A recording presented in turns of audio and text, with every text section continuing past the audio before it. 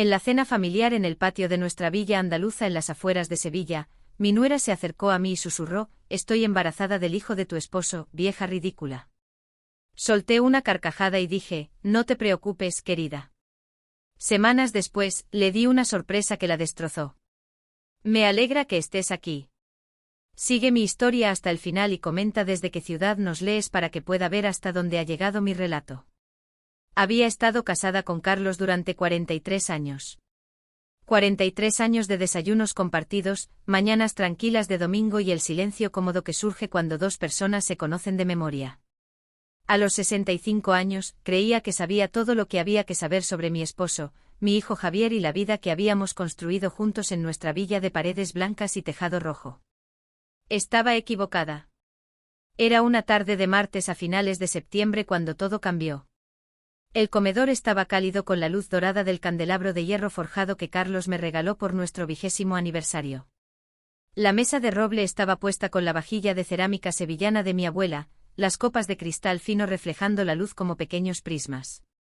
Todo debería haber sido perfecto, una cena familiar con nuestro hijo y su esposa de 3 años. Lucía estaba sentada frente a mí, su cabello rubio recogido en ese estilo severo que siempre llevaba, sus ojos verdes afilados y calculadores. A sus 28 años, era 15 años menor que Javier. Desde el momento en que entró en nuestra familia, percibí algo depredador en ella. La forma en que observaba a las personas, las estudiaba, como si buscara debilidades. Esa noche estaba radiante. No con el brillo suave de la satisfacción, sino con algo más duro, más triunfal. No dejaba de tocar su vientre a un plano, atrayendo la atención hacia sí misma con esa sutileza que dominaba a la perfección. Javier, como siempre, estaba ajeno a todo. Mi hijo siempre había sido confiado hasta el extremo, viendo lo mejor en todos. Cortaba su cochinillo asado con la atención concentrada que ponía en todo, su cabello oscuro cayendo sobre su frente como lo hacía desde que era niño. Y Carlos, mi Carlos, estaba sentado a la cabecera de la mesa, su cabello plateado perfectamente peinado, sus ojos azules, normalmente cálidos cuando me miraban, fijos en su plato. No me había mirado directamente en toda la velada. De hecho, no me había mirado bien en semanas. «Beatriz, te has superado otra vez», dijo Javier, señalando el cochinillo asado que había pasado toda la tarde preparando. «Esto es increíble». Sonreí a mi hijo, pero la sonrisa se sentía forzada. Había una tensión en el aire que hacía que la comida supiera a cartón en mi boca. Algo se estaba gestando, y lo sentía como la presión antes de una tormenta. «Doña Beatriz es una cocinera maravillosa», dijo Lucía. Su voz era dulce como la miel, pero con un filo que solo yo parecía notar. «Una esposa y madre tan dedicada. Es inspirador, de verdad». La forma en que enfatizó dedicada me puso la piel de gallina, pero asentí cortésmente. «Gracias, querida». Lucía se limpió los labios con la servilleta, una pequeña sonrisa jugando en las comisuras de su boca. «Sabes, últimamente he estado pensando mucho en la dedicación, en los votos matrimoniales, en lo bueno y en lo malo, en la salud y en la enfermedad. Sus ojos brillaban con todo tipo de desafíos. El tenedor de Carlos chocó contra su plato. El sonido pareció inusualmente fuerte en el repentino silencio. «Eso es hermoso, cariño», dijo Javier, estirándose para apretar la mano de su esposa. «El matrimonio se trata de compromiso, ¿no es así? Construir algo juntos». «Oh sí», asintió Lucía. Pero ahora me miraba a mí. Construir algo o a veces compartir lo que ya se ha construido. Mi corazón comenzó a latir más rápido, aunque no podía decir exactamente por qué. Había algo en su tono, en la forma en que Carlos seguía evitando mis ojos, que hizo sonar campanas de alarma en mi cabeza. «Tengo noticias», anunció Lucía de repente, su voz cortando el silencio. «Noticias que cambiarán todo para nuestra familia». Javier se enderezó en su silla, su rostro iluminado por la anticipación. «¿De qué se trata?». Lucía se levantó con gracia, alisando su vestido. «Estoy embarazada». Las palabras golpearon la sala como un golpe físico. El rostro de Javier se transformó en alegría, y se levantó de un salto para abrazar a su esposa. «Lucía, eso es maravilloso». Se volvió hacia nosotros, radiante. «Mamá, papá, van a ser abuelos». Debería haber estado eufórica. Debería haber estado llorando de felicidad, corriendo a abrazar a mi nuera, planeando colores para la nursery y baby showers. En cambio, algo frío y feo se retorcía en mi estómago mientras observaba los ojos de Lucía por encima del hombro de Javier. Ella miraba a Carlos, y había algo triunfal en su expresión. «Felicidades», logré decir, mi voz sonando extraña incluso para mis propios oídos. Pero Lucía no había terminado. Mientras Javier la soltaba y se movía para servir vino tempranillo para un brindis, ella caminó lentamente alrededor de la mesa. Se detuvo junto a mi silla, inclinándose como si fuera a darme un abrazo de felicitación. En cambio, sus labios rozaron mi oreja, y susurró palabras que me perseguirían durante semanas. «Estoy embarazada del hijo de tu esposo, vieja tonta». El mundo se inclinó. Mis manos agarraron el borde de la mesa con tanta fuerza que mis nudillos se pusieron blancos. Pero, de alguna manera, imposiblemente solté una risa, un sonido claro y brillante que resonó en el comedor. «No te preocupes, querida», me oí decir, mi voz firme a pesar del terremoto que ocurría dentro de mi pecho. «Todo saldrá bien». Lucía se apartó con un destello de confusión en su rostro. Había esperado lágrimas, acusaciones, drama. Mi respuesta tranquila la había desequilibrado. Pero mientras miraba al otro lado de la mesa a mi esposo, mi Carlos, que aún no podía sostener mi mirada, sentí que algo moría dentro de mí. Tal vez la última pizca de confianza, el último hilo de certeza sobre la vida que creía haber construido. Javier seguía hablando, levantando su copa, hablando de nuevos comienzos y una familia que crecía. Su felicidad era tan pura, tan genuina, que me rompió el corazón de nuevo. ¿Cuánto tiempo llevaba esto sucediendo? ¿Con cuántas mentiras había estado viviendo? Levanté mi propia copa con mano firme, sonreí a mi hijo y sentí que mi mundo se desmoronaba en polvo a mi alrededor. El resto de la cena transcurrió como en una niebla. Respondía cuando me hablaban, sonreía cuando se esperaba, interpretaba el papel de la suegra sorprendida pero encantada, pero por dentro estaba gritando. Cuando finalmente se fueron, Javier charlando emocionado sobre cunas y fondos para la universidad, Lucía lanzándome una última mirada satisfecha. Me quedé en la cocina, cargando el lavavajillas con una precisión mecánica. Carlos apareció en el umbral, con los hombros encorvados por el cansancio. «Beatriz», comenzó con la voz áspera. «Esta noche no», dije sin darme la vuelta. «No puedo hacer esto esta noche». Lo escuché suspirar, escuché sus pasos retrocediendo por las escaleras hacia el dormitorio que habíamos compartido durante más de 4 décadas. Pero no podía seguirlo. Todavía no. Tal vez nunca. En cambio, me quedé sola en mi cocina, rodeada de los restos de lo que había sido mi última cena familiar inocente, preguntándome cuánto tiempo había estado viviendo con extraños. El sueño no llegó esa noche. Me acosté en nuestra cama de matrimonio, escuchando la respiración de Carlos a mi lado, preguntándome si el hombre con el que había compartido mi vida era un desconocido. Cada pequeño sonido, el crujido de la casa asentándose, el zumbido distante del refrigerador, parecía amplificado en la oscuridad. Cuando llegó la mañana, me moví por mi rutina habitual como una actriz interpretando un papel. Café con leche para 2, tostada con tomate y aceite de oliva para Carlos, cortada en diagonal como a él le gustaba. Nos sentamos frente a frente en nuestra pequeña mesa de desayuno, con el sol de la mañana entrando por las ventanas de la cocina, y estudié su rostro como si lo viera por primera vez. «¿Dormiste bien?», preguntó sin levantar la vista de su periódico. «Bien», mentí. El silencio se extendió entre nosotros, lleno de todo lo que no decíamos. Finalmente Carlos dobló el periódico y se levantó. «Estaré trabajando en el patio hoy. Los naranjos necesitan atención antes de las primeras lluvias, trabajando en el patio». ¿Cuántas veces había dicho esas mismas palabras en los últimos meses? Lo vi alejarse, notando el leve encorvamiento de sus hombros que no estaba allí hace un año. A los 72 años, seguía siendo apuesto de esa manera distinguida que me había llamado la atención en una reunión parroquial en la iglesia de San Juan Bautista en Carmona hace 45 años. Pero ahora, me preguntaba si alguna vez había conocido realmente al hombre detrás de ese rostro familiar. Después de que se fue, me quedé sola con mi café enfriándose y dejé que mi mente repasara los últimos meses, buscando pistas que había pasado por alto. Estaban ahí como piezas de un rompecabezas que había sido demasiado ingenua para armar. Hace 3 meses, Carlos había comenzado a ducharse en horarios extraños. No solo en su rutina matutina habitual, sino de repente después de trabajar en el patio o antes de la cena, cuando no íbamos a ningún lugar especial. Cuando le pregunté al respecto, dijo que no quería oler a tierra y fertilizante. Hace 2 meses encontré un extracto de tarjeta de crédito con cargos que no reconocía. Una floristería en Carmona, una joyería de la que nunca había oído hablar. Cuando le pregunté a Carlos, dijo que estaba planeando sorpresas para mi cumpleaños. Mi cumpleaños aún estaba a 4 meses, pero elegí creerle.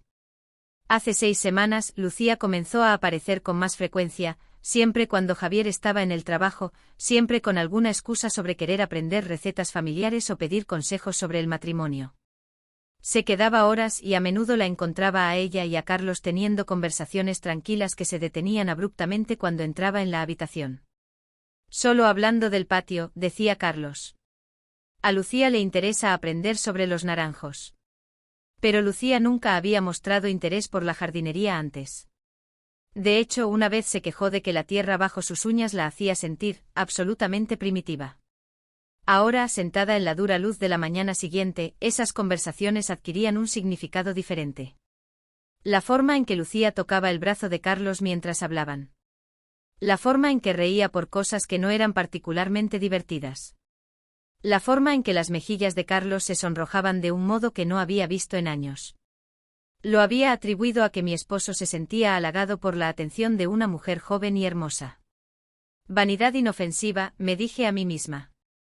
Natural para un hombre de su edad disfrutar de sentirse apreciado. Qué ingenua había sido. El teléfono sonó, sacándome de mis oscuros pensamientos. La voz de Javier era brillante de emoción. Mamá, ¿dormiste algo anoche?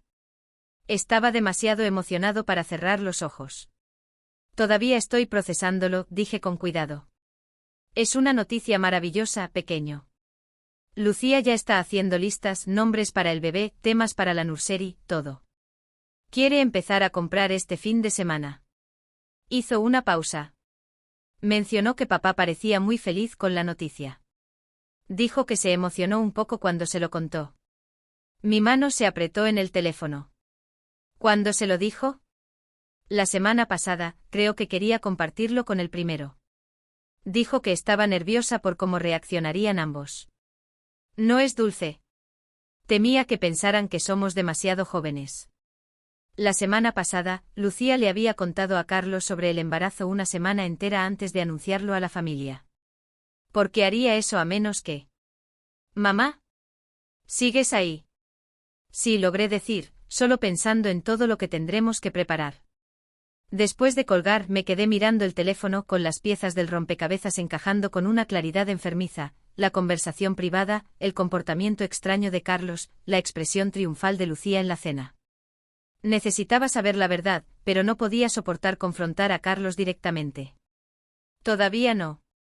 Si estaba equivocada, si mi mente suspicaz estaba creando problemas donde no lo sabía, podría destruir mi matrimonio por nada. Pero si tenía razón. Pasé el resto de la mañana en una niebla, limpiando mecánicamente habitaciones que ya estaban impecables, doblando ropa que no necesitaba ser doblada.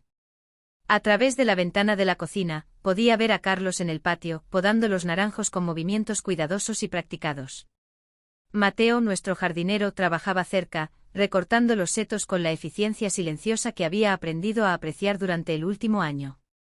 Mateo era un alma gentil, tal vez de 35 o 40 años, con ojos marrones bondadosos y manos ásperas por el trabajo. Vivía en un pequeño apartamento encima del garaje detrás de la casa de los Martínez, nuestros vecinos, cuidando varias propiedades en el vecindario. Carlos lo había contratado después de que nuestro jardinero anterior se jubilara, y yo había desarrollado aprecio por su manera cortés y su dedicación a hacer nuestro patio hermoso. Ahora lo observaba trabajar y me preguntaba si él sabía, si había visto cosas, si todo el vecindario sabía lo que estaba pasando en mi matrimonio antes que yo. Alrededor del mediodía, el sedán plateado de Lucía entró en nuestro camino de entrada. Ella salió luciendo un vestido suelto que resaltaba su cintura aún delgada, su cabello rubio captando la luz del sol mientras caminaba hacia el patio donde Carlos estaba trabajando. Observé desde detrás de las cortinas transparentes del salón mientras se acercaba a mi esposo. Su conversación era animada, con sus manos gesticulando, la cabeza de él asintiendo. En un momento ella colocó su mano en su brazo, el mismo gesto que había notado antes, pero que había descartado como amabilidad. Ahora parecía algo completamente diferente cuando ella reía, echando la cabeza hacia atrás de esa manera practicada. Carlos sonrió. Realmente sonrió de una manera que no había visto en meses. Mi pecho se contrajo con un dolor que no sabía cómo nombrar. Hablaron durante unos 20 minutos antes de que Lucía mirara hacia la casa. Di un paso atrás desde la ventana, con el corazón acelerado por el absurdo miedo de ser atrapada espiando a mi propio esposo. Cuando volví a mirar, ella se había ido, su coche retrocediendo por el camino. Carlos permaneció en el patio, pero sus movimientos parecían diferentes ahora, más ligeros, como si la conversación hubiera levantado alguna carga de sus hombros. Esa noche estuvo casi alegre durante la cena. Habló sobre el patio, sobre planes para la próxima primavera, sobre lo emocionado que estaba por ser abuelo. Estaba más animado de lo que había estado en semanas, y me encontré estudiando su rostro, buscando señales de culpa o engaño. En cambio, vi algo que podría haber sido alivio. Lucía pasó por aquí hoy, dije con cuidado. Sí, asintió Carlos, cortando su chuletón con manos firmes. Dulce chica. Está nerviosa por el embarazo. Quería algo de tranquilidad. ¿Qué tipo de tranquilidad? Por un momento su cuchillo se detuvo. Oh, ya sabes, preocupaciones de madre primeriza, si será buena en ello, si el bebé estará sano. Preocupaciones normales. Pero nada en Lucía me había parecido nunca normal. Y comenzaba a sospechar que este embarazo era lo menos normal de todo. Esa noche, mientras Carlos dormía a mi lado, tomé una decisión. No podía vivir con la incertidumbre. No podía pasar el resto de mi vida preguntándome si cada sonrisa era una mentira, cada beso una traición. Iba a descubrir la verdad sin importar cuánto doliera, porque vivir con mentiras era peor que vivir con una realidad dolorosa. La mañana siguiente comenzaría mi investigación en serio. La investigación comenzó en el despacho de Carlos. El miércoles por la mañana, después de que él salió para su cita médica semanal, subí las escaleras hacia la habitación que había sido su santuario desde que vivimos en esta casa. La pesada puerta de roble crujió cuando la empujé para abrirla, y me sentí como una intrusa en mi propio hogar. El despacho de Carlos estaba exactamente como lo había dejado, con papeles cuidadosamente apilados, libros ordenados por tema, su vieja silla de cuero posicionada para captar la luz de la mañana. La habitación olía a su loción de afeitar y al leve olor a humedad de los libros antiguos. Siempre había respetado su privacidad, entrando raramente sin invitación. Ahora me preguntaba cuánto me había costado esa cortesía. Comencé con su escritorio con las manos temblando ligeramente mientras abría el cajón superior. Bolígrafos, clips, tarjetas de visita de médicos y contratistas, nada inusual. El segundo cajón contenía facturas y correspondencia, todo aparentemente inocente. Pero en el cajón inferior, debajo de una pila de revistas de jardinería, encontré algo que me cortó la respiración. Extractos bancarios. No era nuestra cuenta conjunta, sino una cuenta corriente separada que desconocía por completo. Los extractos se remontaban a 6 meses atrás. Mientras revisaba las entradas, mi confusión crecía.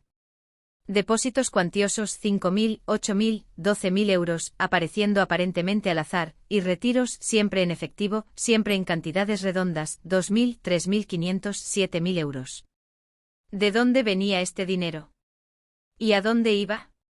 Fotografié los extractos con mi teléfono con las manos temblando tanto que tuve que tomar varias fotos para obtener imágenes claras. Luego devolví todo cuidadosamente a su lugar y cerré el cajón. Pero no podía deshacerme de la sensación de que me estaba perdiendo algo crucial.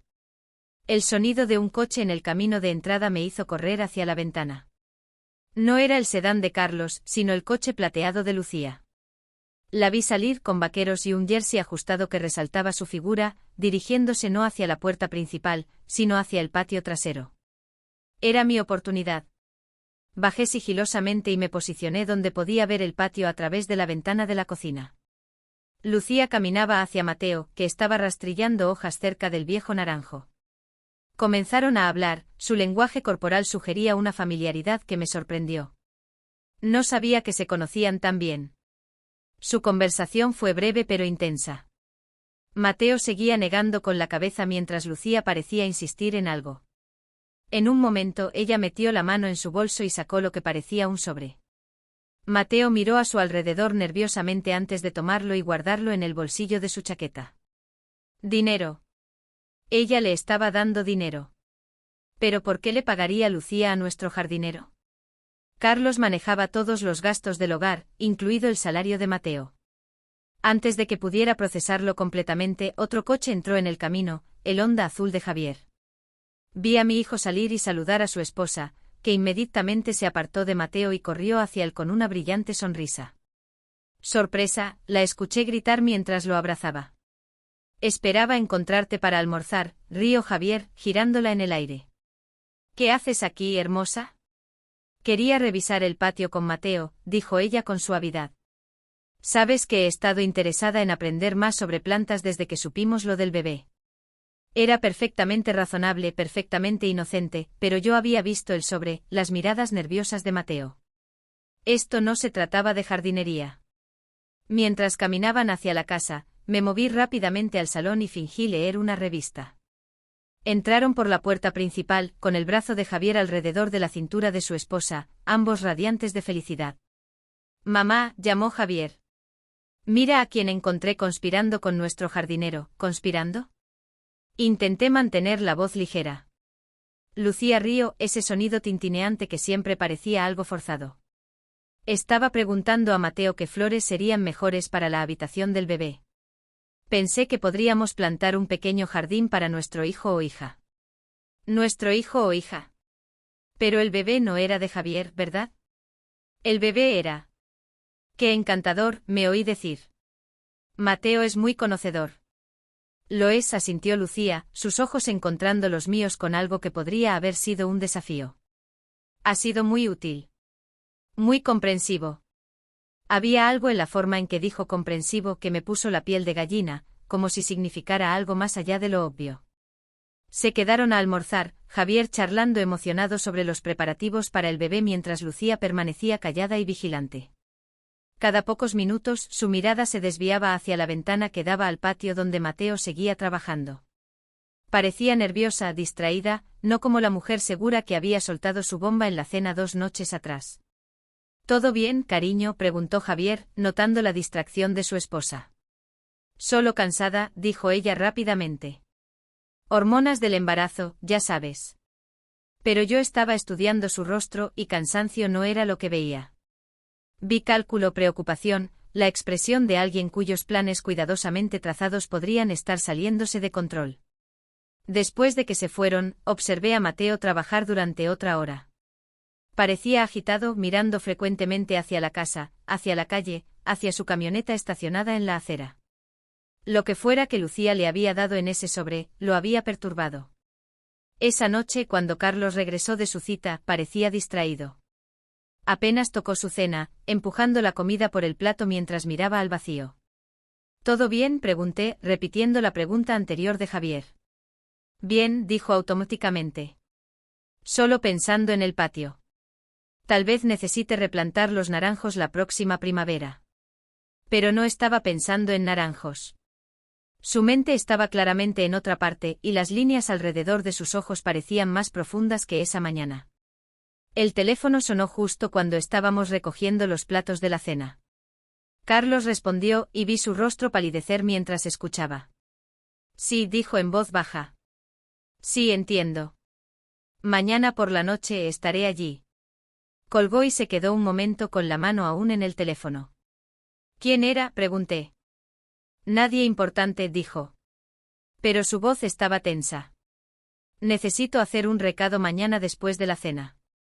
¿Un recado de noche? Después de 43 años de matrimonio, mi esposo nunca había sido de hacer recados misteriosos por la noche. La noche siguiente, jueves, observé desde la ventana de nuestro dormitorio mientras Carlos salía del camino a las 7:30. Había estado callado todo el día, distraído y nervioso. Cuando le pregunté a dónde iba, murmuró algo sobre reunirse con alguien por suministros para el patio. Los centros de jardinería no estaban abiertos a las 7:30 de la noche.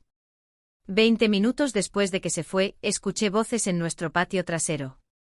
Mirando a través de las cortinas, vi a Lucía y Mateo de pie cerca del cobertizo del patio, su conversación urgente y acalorada.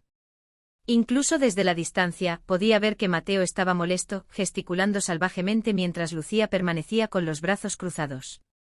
No podía escuchar lo que decían, pero su lenguaje corporal contaba una historia de conflicto, de desacuerdo sobre algo serio.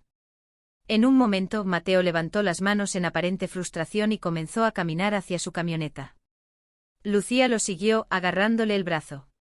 Discutieron unos minutos más antes de que Mateo negara con la cabeza una última vez y subiera a su camioneta. Mientras se alejaba, Lucía se quedó sola en mi patio trasero. Su rostro, iluminado por la luz de seguridad, no se parecía en nada a la dulce e inocente joven con la que mi hijo se había casado. Parecía calculadora, desesperada, peligrosa. Cuando Carlos regresó una hora después, estaba aún más retraído que antes. Fue directo a su despacho y cerró la puerta. Podía escucharlo haciendo llamadas telefónicas, su voz baja y urgente, pero no podía distinguir las palabras. Me quedé despierta esa noche, mirando al techo, tratando de juntar las piezas de lo que había presenciado. La cuenta bancaria secreta, el sobre con dinero que Lucía le dio a Mateo, la misteriosa llamada telefónica y el recado nocturno de Carlos, la acalorada discusión entre Lucía y Mateo, nada de esto tenía sentido si solo se trataba de una aventura. ¿Y si no se tratara de una aventura en absoluto? ¿Y si algo mucho más complicado estuviera ocurriendo bajo mis narices? La mañana siguiente, viernes, tomé una decisión que lo cambiaría todo. Iba a seguir a Carlos cuando saliera de casa. Iba a descubrir a dónde lo llevaban esos recados misteriosos. Pero primero iba a registrar la antigua habitación de Javier, el cuarto donde Lucía a veces se quedaba cuando venía de visita durante el día, porque empezaba a sospechar que los secretos de mi nuera iban mucho más allá del embarazo y el adulterio. Y tenía razón.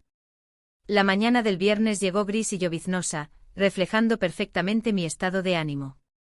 Carlos salió temprano para lo que afirmó era una visita a la ferretería, pero yo había dejado de creer en sus explicaciones. Después de que su coche desapareciera por nuestra calle bordeada de árboles, subí las escaleras hacia la antigua habitación de Javier con una determinación que no había sentido en días. La habitación había sido redecorada cuando Javier se mudó, transformada del caos adolescente en una impecable habitación de invitados con paredes azul pálido y muebles blancos.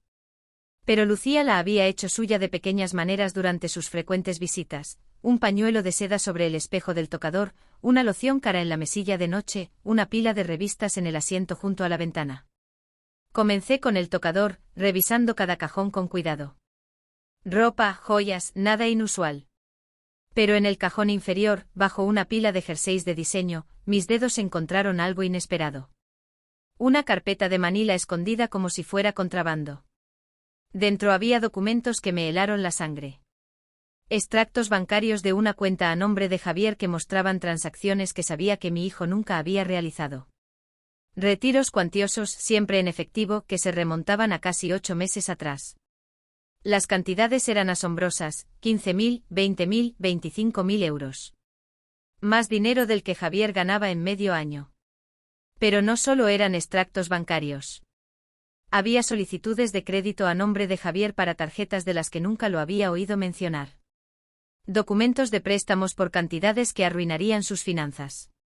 Y al fondo de la carpeta una lista escrita a mano con la elegante caligrafía de Lucía: Mafre, 45.000 euros. Línea de crédito de Caja Rural, 30.000 euros. Préstamo personal, M. García, 18.000 euros. Fondo de emergencia, 12.000 euros. Mis manos temblaban mientras fotografiaba todo, mi mente acelerada tratando de entender lo que veía. Esto no se trataba solo de una aventura. Se trataba de dinero. Mucho dinero. Dinero que mi hijo no tenía. Un ruido desde abajo me hizo congelarme. La puerta principal cerrándose. Devolví todo rápidamente a su lugar y me acerqué sigilosamente a la ventana. El coche de Lucía estaba en el camino de entrada, y ella caminaba hacia la casa con su habitual paso confiado. Bajé justo cuando entró por la puerta principal usando la llave que le habíamos dado tras la boda. Beatriz, llamó con una voz brillante de falsa alegría. Espero que no te importe que me haya dejado entrar. Quería que tuviéramos una pequeña charla. Se me secó la boca. Por supuesto. ¿Te gustaría un café? Eso sería encantador. Me ocupé con la cafetera, hiperconsciente de Lucía instalándose en mi mesa de cocina como si fuera la dueña del lugar. Cuando me giré, ella me observaba con esos ojos verdes afilados, una pequeña sonrisa jugando en sus labios. Pareces nerviosa, observó, ladeando la cabeza. ¿Todo bien? Solo cansada, mentí colocando su taza frente a ella. ¿No dormiste bien? Tomó un sorbo delicado. Imagino que tienes mucho en la cabeza. Los bebés nuevos pueden ser abrumadores, especialmente cuando son inesperados. Había algo en su tono que me hizo estudiar su rostro más cuidadosamente. Hoy parecía diferente, más dura, como si hubiera abandonado en parte la fachada de esposa joven y dulce que solía llevar conmigo. Lucía, dije con cuidado. ¿Puedo preguntarte algo? Por supuesto. ¿Por qué le contaste a Carlos sobre el embarazo antes que a Javier? Su taza se detuvo a medio camino hacia sus labios. Por un momento algo cruzó por su rostro. ¿Sorpresa, tal vez, o cálculo? Luego la sonrisa volvió. Estaba nerviosa, dijo con suavidad. Quería asegurarme de que la familia sería comprensiva antes de decírselo a mi esposo. Carlos siempre ha sido tan amable conmigo. Amable, repetí. Muy amable. Incluso protector. Últimamente ha estado muy preocupado por mí. Dejó su taza y se inclinó hacia adelante. ¿Te ha mencionado que he estado teniendo algunas dificultades? ¿Qué tipo de dificultades? ¿O solo algo de estrés, presiones financieras? Sus ojos no se apartaron de los míos. ¿Sabes cómo es cuando eres joven y estás tratando de establecerte? A veces tomas decisiones que parecen razonables en el momento, pero se complican después. Sentí como si estuviera caminando por un campo de minas. ¿Qué tipo de decisiones? Lucía rió, pero no había calidez en ello. Del tipo que requiere familiares comprensivos. Del tipo que requiere discreción.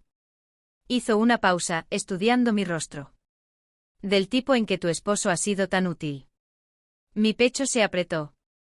No entiendo. ¿No lo entiendes? Se levantó moviéndose hacia la ventana que daba al patio. Carlos es un hombre tan bueno, un padre tan dedicado. Haría cualquier cosa para proteger a su familia, ¿no es así? Incluso si eso significara sacrificar su propia reputación. Las palabras flotaron en el aire como veneno. Miré su espalda, la forma casual en que observaba mi patio como si estuviera evaluando una propiedad. ¿Qué estás diciendo?, susurré. Se dio la vuelta y ahora la máscara había desaparecido por completo. Lo que vi en su rostro era un cálculo frío. La expresión de alguien que tenía todas las cartas y lo sabía. Digo que algunos secretos son más valiosos que otros, Beatriz. Y algunas personas pagarán caro para mantener esos secretos enterrados. Antes de que pudiera responder, el sonido de voces afuera captó nuestra atención. A través de la ventana, podía ver a Carlos y Mateo teniendo lo que parecía una conversación intensa cerca del cobertizo de herramientas. Carlos gesticulaba enfáticamente mientras Mateo seguía negando con la cabeza. El rostro de Lucía cambió, un destello de algo que podría haber sido pánico cruzando por sus facciones. Discúlpame, dijo rápidamente dirigiéndose a la puerta trasera. Necesito hablar con ellos. La seguí afuera, manteniéndome lo suficientemente cerca para escuchar, pero tratando de parecer casual. La conversación se detuvo abruptamente cuando Lucía se acercó, pero la tensión en el aire era tan densa que se podía cortar. ¿Todo bien?, preguntó Lucía, pero su voz era aguda, con una advertencia. Mateo miró entre Carlos y Lucía, su rostro preocupado. No puedo seguir haciendo esto, dijo en voz baja. Esto no está bien, Javier es un buen hombre. No merece. Mateo, la voz de Lucía era helada. Ya lo hemos discutido. ¿Qué han discutido?, pregunté acercándome. Los tres se volvieron a mirarme y vi la culpa escrita en todos sus rostros, aunque de maneras muy diferentes. Mateo parecía enfermo de remordimiento. Lucía parecía enojada por ser interrumpida. ¿Y Carlos? Carlos parecía un hombre que había estado cargando una terrible carga durante demasiado tiempo. Beatriz, dijo, su voz quebrada. No deberías estar aquí, en mi propio patio. Mantuve mi voz firme a pesar del caos en mi pecho. ¿Qué han discutido exactamente que no debería escuchar? El silencio se extendió entre nosotros, llenado solo por el sonido de la lluvia ligera golpeando las hojas sobre nuestras cabezas. Finalmente Mateo habló. No puedo seguir con esto, dijo, mirándome directamente. Doña Beatriz, hay cosas que necesitas saber. Cosas sobre... Basta, espetó Lucía. Mateo, teníamos un acuerdo. ¿Qué acuerdo?, exigí. Mateo miró a Carlos, algo suplicante en su expresión. Díselo, dijo. Ella merece saber qué está pasando realmente. Carlos cerró los ojos y cuando los abrió, estaban llenos de un dolor tan profundo que me cortó la respiración. Beatriz, susurró. Nunca quise que lo descubrieras así. ¿Descubrir qué? Pero incluso mientras preguntaba, las piezas encajaban en mi mente. Los extractos bancarios arriba, los recados misteriosos, las amenazas veladas de Lucía sobre secretos y protección. No es lo que piensas, dijo Carlos con urgencia. No es lo que ella quiere que pienses. Lucía rió. Un sonido como vidrio rompiéndose. Oh, pero es exactamente lo que ella piensa, ¿no es así, Beatriz? Tu esposo dedicado teniendo una aventura con la esposa de su hijo. ¡Qué cliché! Miré a mi esposo, buscando la verdad en su rostro. Beatriz, no estoy teniendo una aventura, dijo Carlos con la voz quebrada. Nunca lo haría. Se detuvo mirando impotente a Lucía. Sin querer insistí. Sin destruir la vida de nuestro hijo, terminó Lucía por él con una sonrisa triunfal. Verás, Beatriz, tu esposo ama demasiado a Javier para decirle la verdad sobre su esposa, sobre lo que he estado haciendo, sobre lo que sé. El mundo parecía inclinarse a mi alrededor. ¿Qué sabes de qué? Mateo dio un paso adelante, su rostro pálido pero decidido. Sobre el dinero, dijo en voz baja. Sobre lo que Javier ha estado haciendo para pagar sus deudas de juego, sobre las cuentas que ella lo obligó a abrir, los préstamos que lo convenció de tomar. Mateo, advirtió Lucía. Pero Mateo continuó, las palabras saliendo como si las hubiera contenido durante meses. Ella ha estado chantajeando a don Carlos, amenazando con destruir a Javier si no coopera con sus mentiras, haciéndolo fingir que tiene una aventura para encubrir lo que ella realmente ha estado haciendo. Mis piernas casi cedieron. Me agarré al poste de la valla para apoyarme, mirando los tres rostros frente a mí. Deudas de juego. Carlos asintió con tristeza. Póker en línea, apuestas deportivas. Empezó siendo algo pequeño, pero... Extendió las manos con impotencia. Debe más de 100.000 euros, Beatriz, agente peligrosa. Y ella lo sabe, dijo Mateo, su voz cargada de asco. Ella es quien lo metió en eso, lo introdujo en los sitios, lo animó a apostar más. Luego, cuando estaba demasiado metido, ofreció ayudarlo a un precio. Miré a Lucía, que observaba esta revelación con algo que podría haber sido diversión. ¿Qué precio? Silencio, dijo ella simplemente. Cooperación. Un matrimonio que me da acceso a los recursos de tu familia. Su mano se movió hacia su vientre. Y un seguro para el futuro. El bebé, susurré. No es de Javier. Mateo terminó en voz baja. Es mío. El silencio que siguió fue ensordecedor. La lluvia seguía cayendo a nuestro alrededor, pero apenas lo noté. Todo lo que creía saber sobre mi familia, mi matrimonio, los últimos meses, se desmoronaba como arena. Lucía aplaudió lentamente con burla. Bueno, dijo, supongo que el gato ya salió del saco. La pregunta es, Beatriz, ¿qué vas a hacer al respecto? La confrontación en el patio me dejó sintiendo como si me hubiera atropellado un camión. Me senté en el salón durante horas después de que todos se fueron, mirando a la nada, intentando procesar la enormidad de lo que había aprendido. Mi hijo estaba ahogado en deudas de juego. Mi esposo estaba siendo chantajeado. Mi nuera era una manipuladora calculadora que estaba embarazada del hijo de nuestro jardinero. Y de alguna manera, se suponía que debía encontrar la forma de manejar esto sin destruir a todos los que amaba. Los días siguientes transcurrieron en una extraña realidad suspendida. Carlos y yo nos movíamos alrededor del otro como fantasmas, ambos sabiendo que todo había cambiado, pero ninguno listo para enfrentarlo. Intentó explicarse varias veces, acercándose con esa mirada atormentada en los ojos, pero cada vez levanté la mano. Aún no, le dije. Necesito pensar. Y pensé constantemente en el juego de Javier, en cómo había pasado por alto las señales de su adicción, en el sacrificio de Carlos, asumiendo el papel de esposo infiel para proteger a nuestro hijo de las consecuencias de sus elecciones, en la red de mentiras y manipulación de Lucía. Pero sobre todo pensé en Mateo. Él renunció al día siguiente, por supuesto. Dejó una nota diciendo que regresaba a su ciudad natal, que sus servicios ya no eran necesarios. Encontré la nota escondida bajo una maceta junto a la puerta trasera, su letra temblorosa y apologética. Lo siento por todo, decía. Nunca quise que nada de esto pasara. Espero que algún día puedas perdonarme.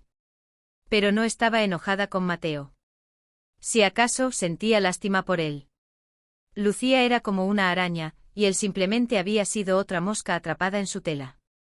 Fue el martes de la semana siguiente cuando el destino me entregó la clave de todo. Había estado evitando subir al piso de arriba, evitar la antigua habitación de Javier donde había encontrado esos documentos financieros condenatorios. Pero esa mañana, escuché agua corriendo en el baño de invitados, el que estaba junto a esa habitación. Lucía estaba aquí otra vez, usando nuestra casa como su refugio personal. Esperé hasta que la oí bajar, luego fui a comprobar que no hubiera dejado el agua corriendo. Era una excusa tonta, pero necesitaba hacer algo, necesitaba sentir que tenía alguna pequeña medida de control en este caos.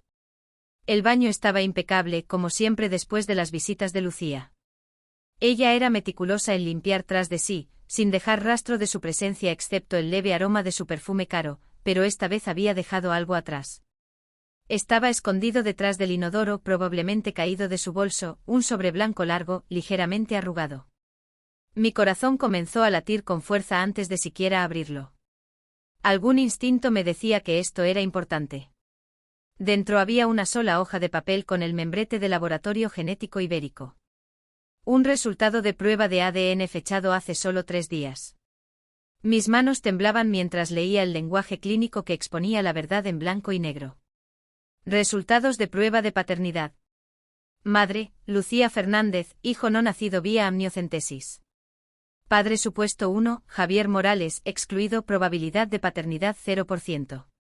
Padre supuesto 2, Mateo García, no excluido, probabilidad de paternidad 99,7%. Me hundí en el asiento cerrado del inodoro, el papel temblando en mis manos.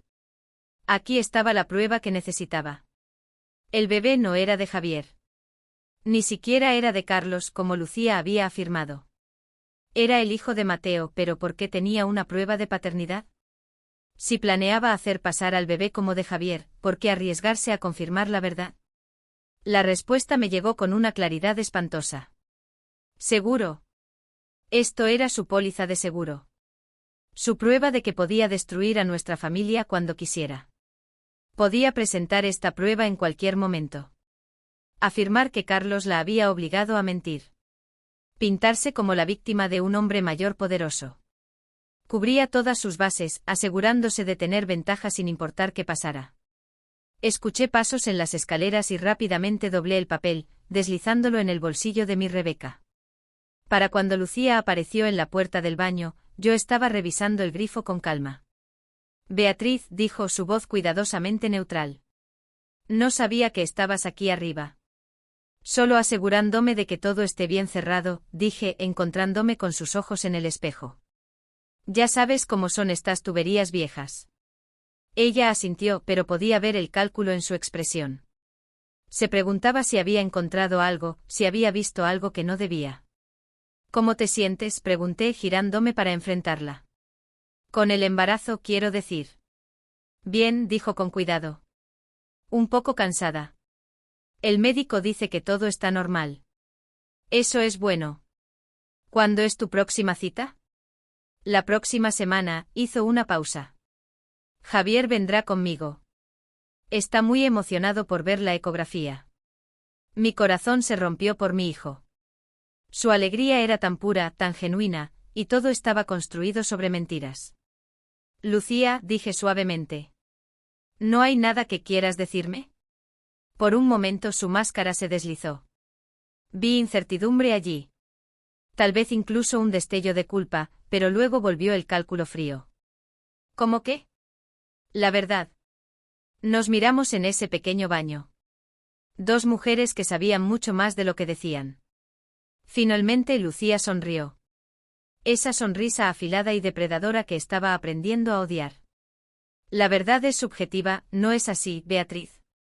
Está lo que pasó y está lo que la gente cree que pasó.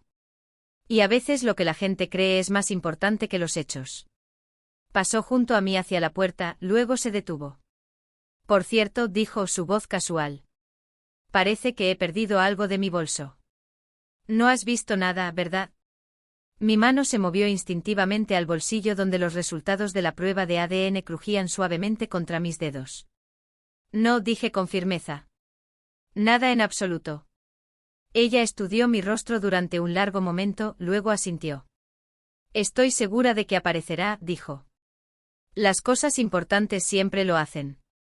Después de que se fue, me quedé en ese baño mucho tiempo, sosteniendo el papel que podía cambiarlo todo. Podía mostrárselo a Javier ahora mismo. Exponer las mentiras de Lucía. Liberar a Carlos de su chantaje. Pero sabía que no era tan simple. Javier estaría devastado. No solo por la aventura que en realidad no era una aventura, sino por exponer su adicción al juego, por la deuda que lo había hecho vulnerable a la manipulación de Lucía en primer lugar. Tal vez nunca se recuperaría de la vergüenza. Y Mateo, pobre Mateo, que había sido tanto víctima como cualquiera de nosotros, sería arrastrado de nuevo a este desastre, obligado a enfrentar las consecuencias de un momento de debilidad. Pero mientras estaba allí pensando en los ojos atormentados de Carlos y la emoción inocente de Javier por convertirse en padre, me di cuenta de que la verdad tenía que salir. Tal vez no de una vez. No de una manera que destruyera a todos, pero de alguna forma las mentiras debían terminar.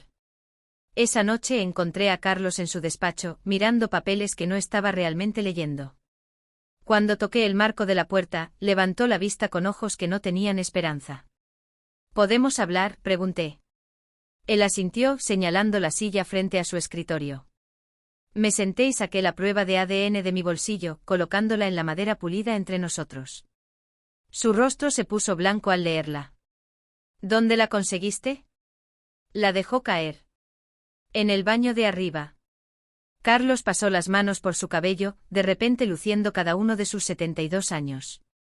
Beatriz, ¿puedo explicarlo? No necesitas explicarlo, dije en voz baja. Sé que no estás teniendo una aventura. Sé que ella te ha estado chantajeando. Sé lo del juego de Javier. Me miró con asombro. ¿Lo sabes? Mateo me lo dijo antes de irse. Me incliné hacia adelante. Carlos, ¿por qué no viniste a mí? ¿Por qué no confiaste en mí con la verdad? Sus ojos se llenaron de lágrimas.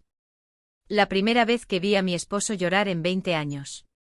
Porque no podía soportar verte mirar a Javier como mirabas a tu padre, susurró. Las palabras me golpearon como un golpe físico. Mi padre también había sido un jugador. Había perdido nuestra casa familiar cuando tenía 16 años. La vergüenza y la decepción habían marcado toda mi juventud.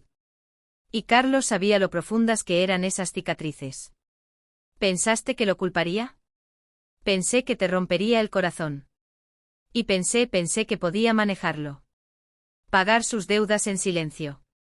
Conseguirle ayuda. Hacer que desapareciera antes de que tuvieras que saberlo. Pero Lucía lo descubrió. Él asintió con tristeza. Lo animó. Lo metió en deudas que nunca podría pagar por sí mismo. Luego ofreció ayudar. Si yo seguía su historia sobre la aventura. ¿Por qué? ¿Qué gana ella con esto? Tiempo, dijo simplemente. Tiempo para establecerse en nuestra familia. Tiempo para hacerse indispensable. Y una historia de cobertura para cuando llegue el bebé y no se parezca a Javier. Volví a mirar la prueba de ADN. ¿Iba a culparte eventualmente? Sí. Hacer que parezca que la seduje. La obligué a la aventura. Pintarse como la víctima. Río amargamente. Es muy lista nuestra Lucía. Pero no lo suficientemente lista, dije, levantando el papel. Cometió un error. Carlos me miró con algo que podría haber sido esperanza. ¿Qué estás pensando? Me levanté alisando mi falda, sintiéndome más decidida de lo que había estado en semanas. Estoy pensando que es hora de una cena familiar, dije. Y esta vez, yo seré la que tenga sorpresas. La mirada de alivio y admiración en el rostro de mi esposo hizo que 43 años de matrimonio valieran la pena por los que luchar. Pasé 3 días planeando esa cena con la precisión de un estratega militar. Cada detalle debía ser perfecto, el momento, el escenario, la revelación que finalmente liberaría a mi familia de la tela de mentiras de Lucía. El jueves por la noche llamé a Javier y los invité a cenar el domingo. Solo la familia, dije, asegurándome de que mi voz transmitiera el calor de una futura abuela. Quiero celebrar al bebé como es debido esta vez. Javier estaba encantado. Eso es maravilloso, mamá. Lucía ha estado preocupada porque parecía que algo te molestaba. Esto significará mucho para ella. Si tan solo supiera. Pasé el sábado cocinando las comidas favoritas de Javier, cochinillo asado con verduras, pan casero, tarta de Santiago según la receta de mi abuela. La casa se llenó con los ricos aromas de consuelo y tradición de las cenas dominicales de su infancia, cuando la vida era más simple y nuestra mayor preocupación era si terminaría sus deberes. Carlos me observaba trabajar con una mezcla de admiración y ansiedad. Habíamos hablado hasta tarde en la noche después de que encontré la prueba de ADN, planeando cómo manejar la revelación. Él quería confrontar a Lucía directamente, pero lo convencí de que un enfoque más sutil sería mejor. Ella prospera con el drama, le dije. Espera lágrimas y acusaciones. Vamos a darle algo que no sabrá cómo manejar. Dignidad tranquila y pruebas irrefutables. El domingo por la tarde preparé la mesa con mi mejor vajilla, el juego de boda que había sido cuidadosamente conservado para ocasiones especiales. La ironía no se me escapó, usar estos símbolos de compromiso matrimonial para exponer la traición definitiva de los votos matrimoniales. Lucía llegó luciendo un vestido suelto que resaltaba su embarazo, su mano descansando protectoramente sobre su aún pequeño vientre. Parecía radiante, brillando con la satisfacción de una mujer que creía tener todo el poder. Beatriz, exclamó besando mi mejilla con aparente cariño. Todo huele maravilloso. ¿Te has tomado tantas molestias? Ninguna molestia, dije suavemente. La familia lo vale todo. Javier sonrió apartando la silla de su esposa con la galantería que había aprendido de su padre. ¿No es increíble, mamá? Podría abrir su propio restaurante. Absolutamente, asintió Lucía.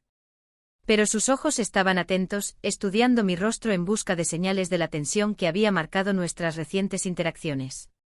Estaba desconcertada por mi aparente buen humor. No sabía si sentirse aliviada o sospechosa. Hicimos charla ligera durante los entrantes. Lucía describiendo sus últimos síntomas de embarazo. Javier compartiendo noticias de su trabajo. Carlos haciendo preguntas suaves sobre la fecha prevista para el parto. Para cualquiera que observara, parecíamos una familia perfectamente normal celebrando una nueva vida. Pero yo observaba a Lucía con cuidado, notando cómo esquivaba ciertas preguntas, cómo su mano se movía hacia su vientre cada vez que la conversación se centraba en detalles del embarazo. Ella estaba interpretando el papel de futura madre, pero había algo calculado en ello, como si estuviera recordando líneas de un guión. ¿Sabes?, dije casualmente mientras servía el plato principal. Últimamente he estado pensando en la historia familiar, en la genética. La tenedor de Lucía se detuvo a medio camino hacia su boca. ¿Genética? Es fascinante cómo se transmiten los rasgos a través de las generaciones. Color de ojos, textura del cabello, rasgos faciales. Sonreí a Javier. Tú tienes los ojos de tu padre, pero mi barbilla obstinada. Javier rió. Gracias por eso, mamá. Me preguntaba cómo será el bebé, continué, mi voz conversacional. ¿Tendrá el cabello oscuro de Javier o el rubio tuyo, Lucía? ¿Será alto como los Morales o pequeño como tú? Es imposible predecirlo, dijo Lucía con cuidado. La genética puede ser sorprendente. Oh, pero la ciencia moderna es tan avanzada ahora, dije, tomando un sorbo de vino. Pueden decirte tanto sobre un bebé incluso antes de que nazca. Pruebas de ADN, confirmación de paternidad. Es realmente notable.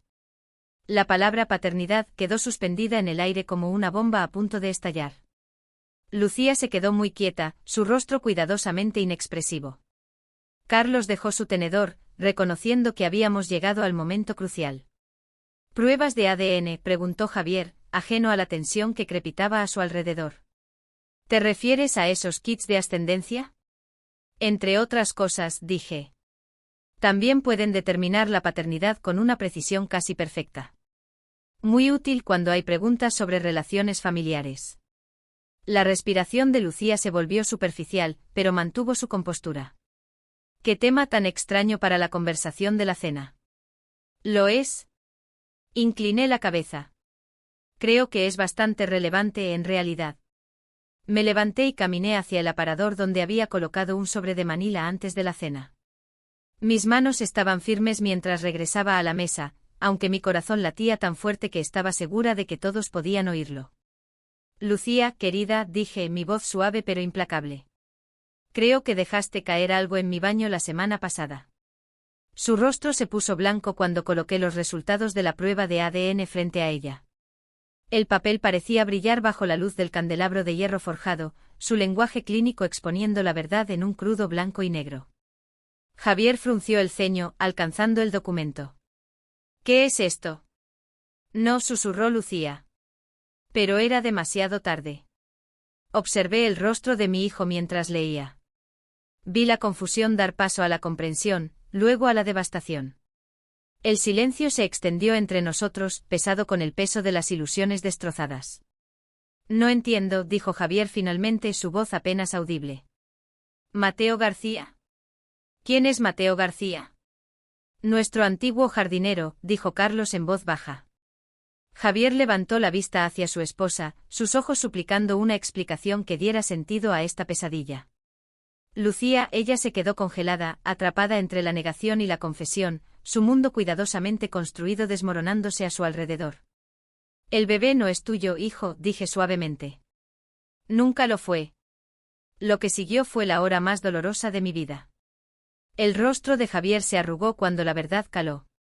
No solo sobre el bebé, sino sobre todo. Las deudas de juego que lo habían hecho vulnerable.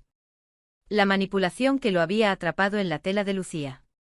La forma en que su vergüenza por su adicción había sido usada en su contra. Lucía intentó salvar la situación, tejiendo una historia desesperada sobre haber sido obligada a la aventura, sobre Carlos aprovechándose de su vulnerabilidad. Pero las mentiras sonaban vacías ahora, transparentes ante la prueba documentada. Lo planeaste, dijo Javier lentamente, las piezas encajando en su mente. Sabías de mi problema con el juego. Lo alentaste. Estaba intentando ayudarte, protestó Lucía. Haciéndome caer más en deudas, usando mi vergüenza para chantajear a mi padre y que siguiera tus mentiras. Lucía no tuvo respuesta para eso. ¿Y Mateo? La voz de Javier se quebró al pronunciar el nombre. ¿También lo sedujiste? ¿Fue solo otra herramienta en tu juego? No estaba planeado, susurró Lucía.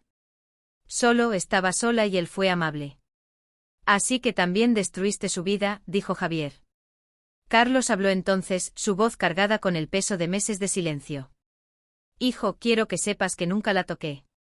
Dejé que creyeras que tenía una aventura porque no podía soportar verte enfrentar las consecuencias del juego. Pensé que podía protegerte.